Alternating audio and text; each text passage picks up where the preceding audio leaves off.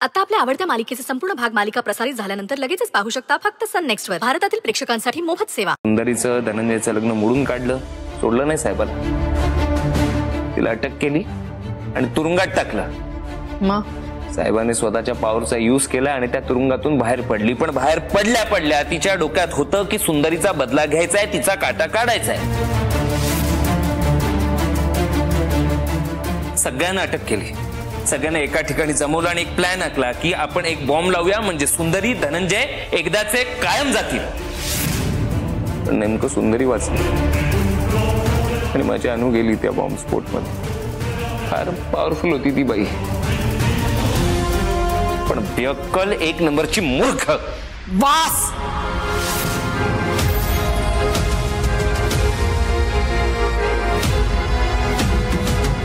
माई काय झालं? नाही, माणूस गेलाय, गेलेल्या माणसाबद्दल असं बोलू नये। खरं, गेलेल्या माणसाबद्दल आता काय बोलायचं? पण माझी अनु अशीच नाही गेली। पण अनुच्या मृत्यूला दोन लोक जबाबदार आहेत, एक साहेब आणि दुसरी सुंदरी। साहेब तर गेली, पण सुंदरीला आता मी सोडणार नाही। नाही, तुम्ही फक्त सांगा मला काय करायचंय। खूप करायचंय। सगळ्यात पहिले या सुंदरीला तू घेऊन जा, या शहरात नको राहायला। या शहरात तिचा मान मराठा प्रतिष्ठा आहे ना, तिला अशा शहरात घेऊन जा जिथे तिचं नाव नाहीये, जिथे ती शून्य आहे। तिला इतकं त्रास द्यायचा ना, इतकं जगणं नकोसं करायचं तिचं, स्वतःच्या आयुष्याला कंटाळली पाहिजे ती।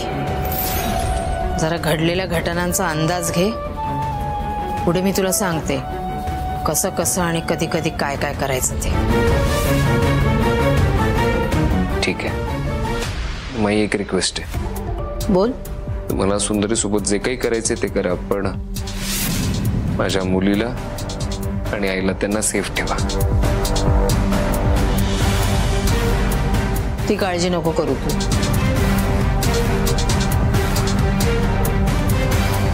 नाही, राहत नाही म्हणून विचारतो एक गोष्ट, एक प्रश्न आहे। विचार। सुंदरीने माझ्यासोबत काय केलं हे तर मी तुम्हाला सांगितलं, तिने तुमच्यासोबत काय केलंय? खूप घाई होते असं नाही वाटत आहे तुला? काठावर उभा आहेस, हळूहळू पाण्यात शिर, कळेल तुला, सगळं कळेल।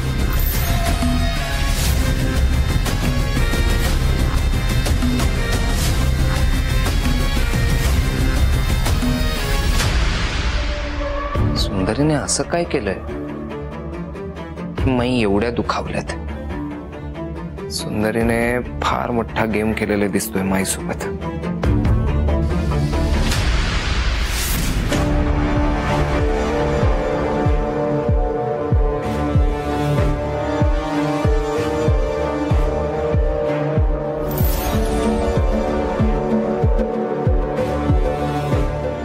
बघ सौदामिनी, तुझा बदला मी पूर्ण करतेय।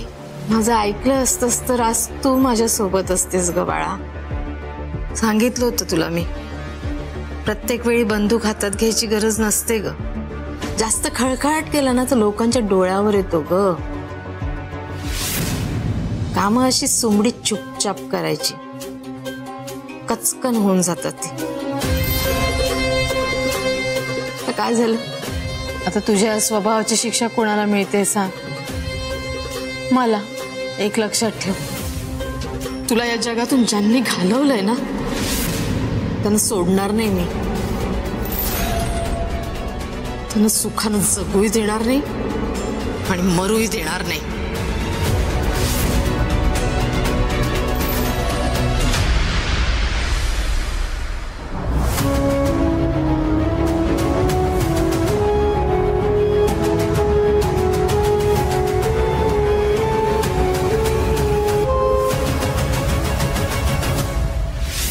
खरंच एकमेकांवर खूप प्रेम आहे। सुंदरी, मग तुम्ही लग्न करा ना, पण तो आता हक्कानं आमच्या घरात ये। आरवची आई म्हणून, धनंजयची बायको म्हणून ये। तुम्ही प्लीज धनंजयना समजवा. त्यांना हे सांगा की इथून पुढे आमचे मार्ग वेगळे. अरे आलात तुम्ही? थांबा पाणी देते. हा सरे हे घे.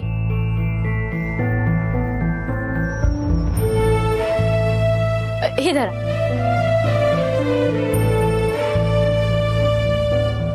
काय ग सरे, पाणी का घेतलं नाहीस? थकून आला ना तुम्ही? घे की पाणी. का खायला आणू काय?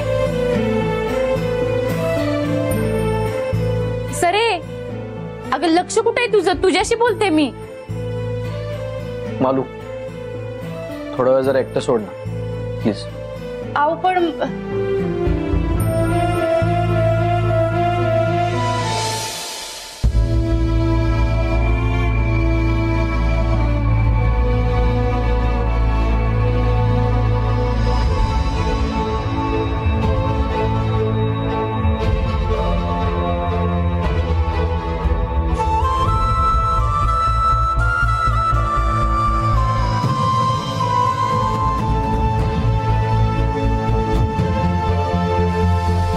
मला माहिती आहे मी राजीनामा दिलाय म्हणून तुम्हाला खूप त्रास झालाय. मला माहिती आहे मी चुकली आणि आजवर बऱ्याचदा चुकत आली. चुकीचे निर्णय घेत आले. सगळ्यात आधी साहेबच्या विरोधात गेले होते तेव्हा साहेब घरी आली. तिने सगळ्यावरती बंदूक उगारली. ती माझी चूक होती. भर मांडवात धनंजय सोबतचं लग्न मोडलं. त्याची मानहानी तुम्हाला सहन करावी लागली. ती पण माझी चूक होती. एवढ्या वेळानंतर सुद्धा अनु मॅडम सापडल्या. त्यांची मेमरी परत यावी म्हणून मी धडपडत होते पण साहेबमुळे अनु मॅडमचा पण जीव गेला आणि सावी तिच्या खऱ्या आईला गमावून बसली. ते पण माझ्यामुळे. ती पण माझी चूक होती. एवढंच नाहीये तर तिकडे धनंजयना पण माझ्यामुळे खूप त्रास झाला. ते सतत माझी ढाल म्हणून माझ्या बाजूने उभे राहिले पण मी त्यांना फक्त त्रास दिला.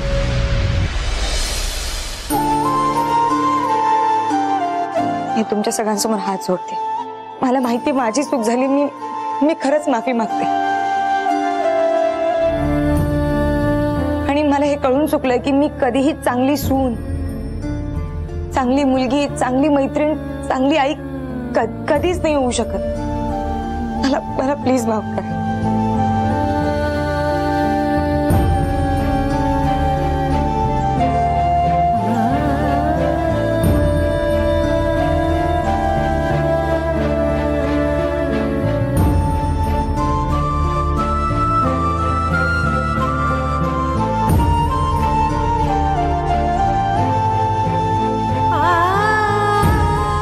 मालू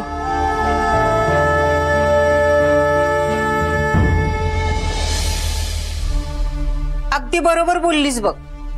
खरंच आम्हाला ह्यो निर्णय तुझा नाहीच आवडला.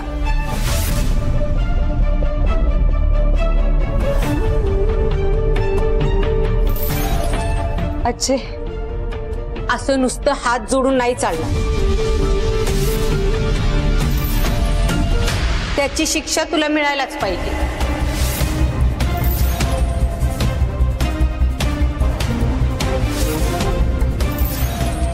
शिक्षा?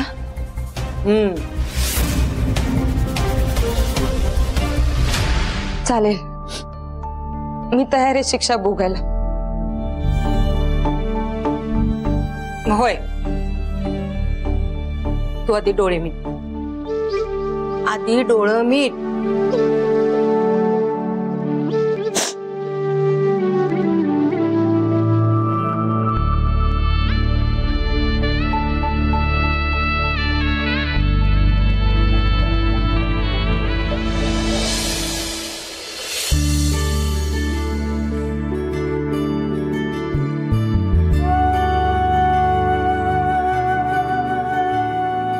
डोळं उघड आता.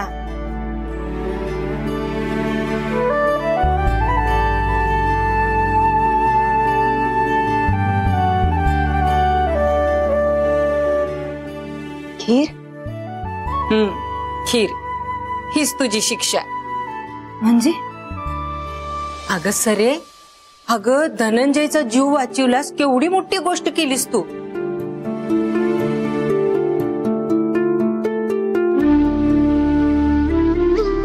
आणि एकदम योग्य केलंस.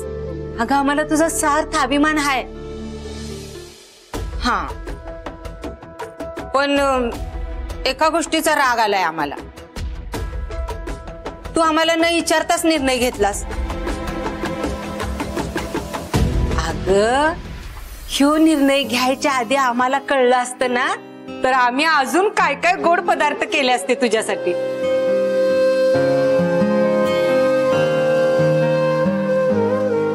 मग तर काय, एवढ्या कमी वेळात की नाही आजीनं तुझ्यासाठी खीर बनवल्या.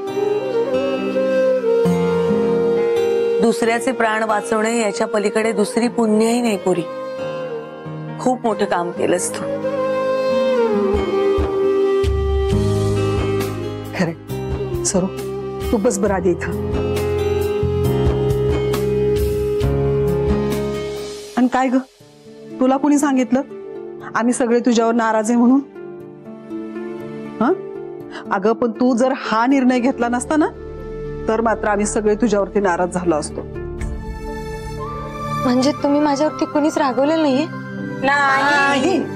उलट तुझा आदर आणखी वाढला आमच्या मनात. होय सरे, म्हणजे जरी तू कलेक्टर पदाचा राजीनामा दिला असलास का नाही, तरी माणूस म्हणून तू अजून एका उच्च पदावर गेल्यास बघ. आणि तिथनं तुला कुणी बी हलवू शकत नाही.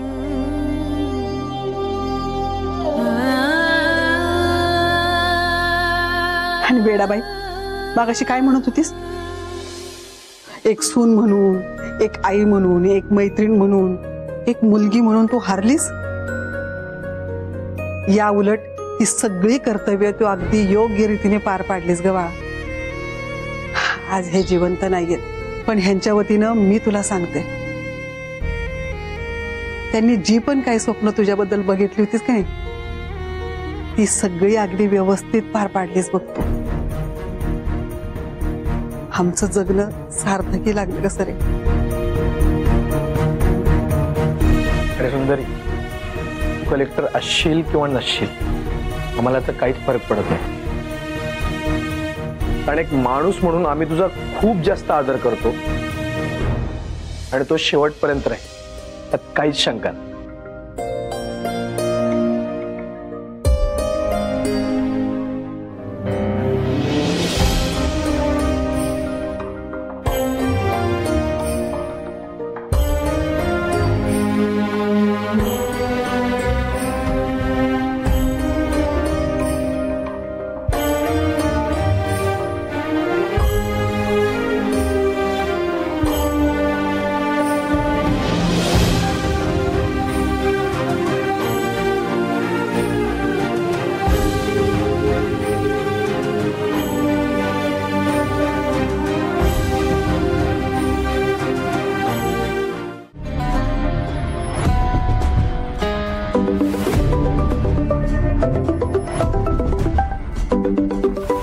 माई,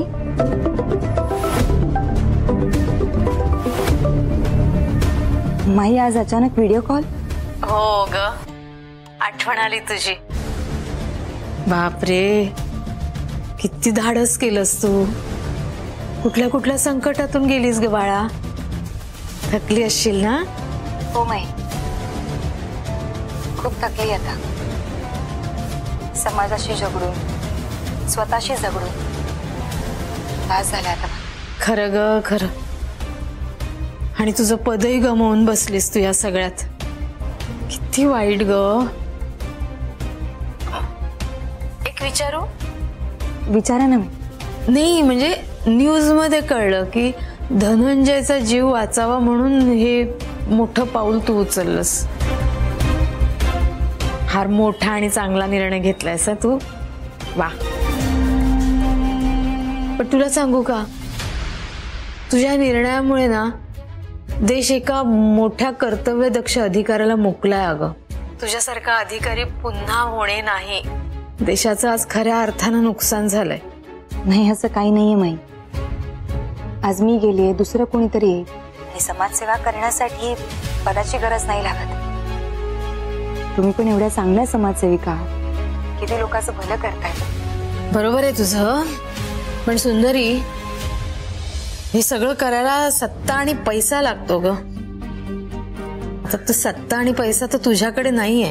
हा, माझ्याकडे आहे, मी करते, त्यात काही एवढं विशेष नाहीये. पण तुझं काय? ना सत्ता ना पैसा, कसं करशील हे सगळं? असो, राहशील परत उभी. पण एक विचारू का?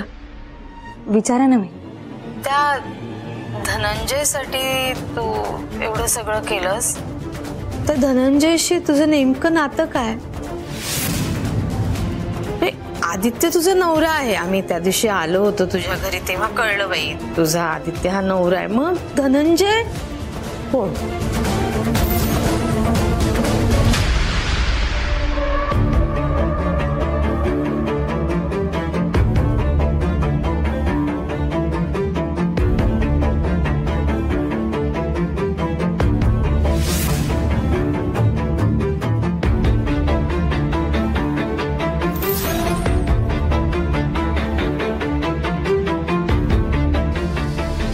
शीतल, शीतल राईट? ओळखलं मला? आदित्य, सुंदरीचा नवरा. करेक्ट. सुंदरीच्या घरी भेट झाली होती. बोला, काय काम होतं? काम नाही, काम असं काही नाही, जस्ट सहजच आपलं म्हटलं. सहज? Oh really?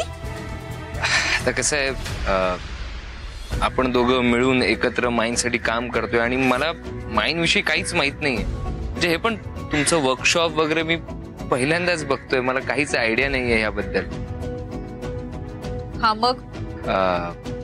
नाही मग असं काही नाही, पण माझ्याविषयी तुम्हाला सगळंच माहिती आहे की मी सुंदरीला का त्रास देतोय, सुंदरीमुळे मला काय लॉस झालाय. म्हणून मला विचारायचं होतं की असं काय वैर आहे माईंचं सुंदरी बरोबर?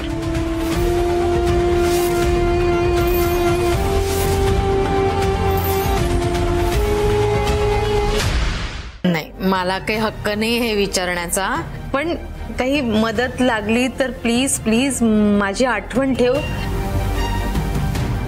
नाही म्हणजे न्यूज चॅनल वाले म्हणतायत की तुझं आणि त्यांचं लग्न होणार होतं आणि मध्येच मग हा तुझा खरा नवरा. खरं आहे का हे? माही, ही खूप कॉम्प्लिकेटेड आणि खूपच पेनफुल स्टोरी. राहू दे राहू दे, सावकाश सांग. पण मन मोकळं करायला या माईची कूस आहे हे लक्षात ठेव. जेव्हा वाटेल ना तुला बोलावंसं, मन मोकळं करावंसं, ये माझ्याकडे. हा बाळा. सुंदरी, त्या धनंजयला कुणी किडनॅप केलं होतं, याचा पत्ता लागला का ग? नाही माही, ती खूपच चालाक माणसं आहे. कसलेच धागेदोरे लागत नाही, कळत नाही नेमकं कोण आहेत ते. पण शोधशील, तू शोधशील, खात्री आहे मला. तू काय एवढी मोठी IAS ऑफिसर आहेस. सॉरी, आता नाहीये. विसरले मी तू राजीनामा दिलायस ते.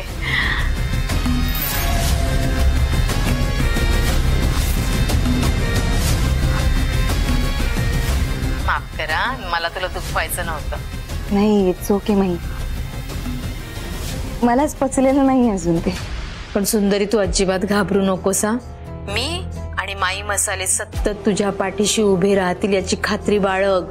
एक हाक द्यायची फक्त, लगेच धावून येऊ.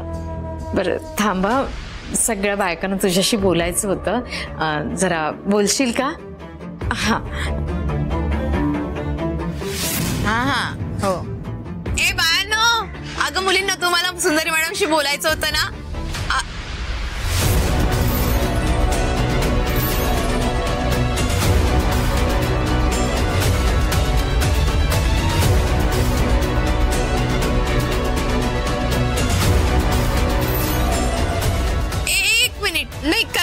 मी काम. अगं एक महत्वाचं काम आलंय मला. तुझी तर काही नोकरी सुटलीच आहे, तुला भरपूर वेळ असणार ना, पण माझी कामं सुरू आहेत इथे. वेळ अंगावर येत असेल ना ग, म्हणजे इतकी सतत कामात बिझी असणारी बाई. बरं सुंदरी, मी तुझ्याशी नंतर बोलते, मला अर्जंट काम आलंय. चल ठेवते. बाय.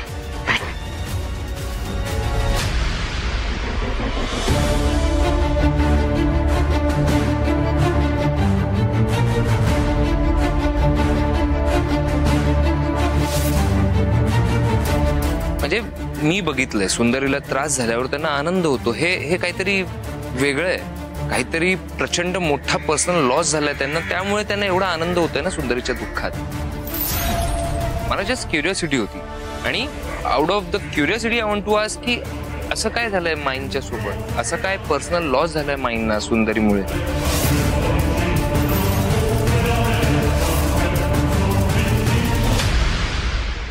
मला असं वाटतं हे तू माईंनाच विचारलेलं बरं राहील. याची काहीच गरज नाहीये.